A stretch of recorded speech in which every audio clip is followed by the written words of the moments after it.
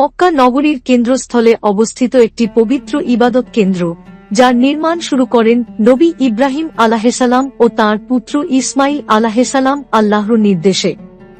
সময়ের পরিক্রমায় এটি ক্ষতিগ্রস্ত ও পুনর্নির্মিত হয়েছে এবং ইসলামের আগমনের পর এতে থাকা দেবদেবীর মূর্তি সরিয়ে একে একত্ববাদের প্রতীক করে তোলা হয়।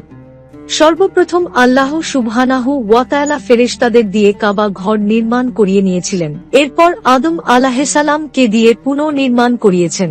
নূহ আলাহিসাল্লাম এর সময়ের বন্যার কারণে কাবা ঘর বালুর নিচে চাপা পড়ে যায়। তখন আল্লাহ তাআলার নির্দেশে ইব্রাহিম ও ইসমাইল আলাহিসাল্লাম কাবা ঘর পুনর্নির্মাণ করেন। সাল্লাল্লাহু আলাইহি ওয়াসাল্লাম আল্লাহর আদেশে মক্কায় ইসলামের দাওয়াত প্রচার করতে শুরু করলেন।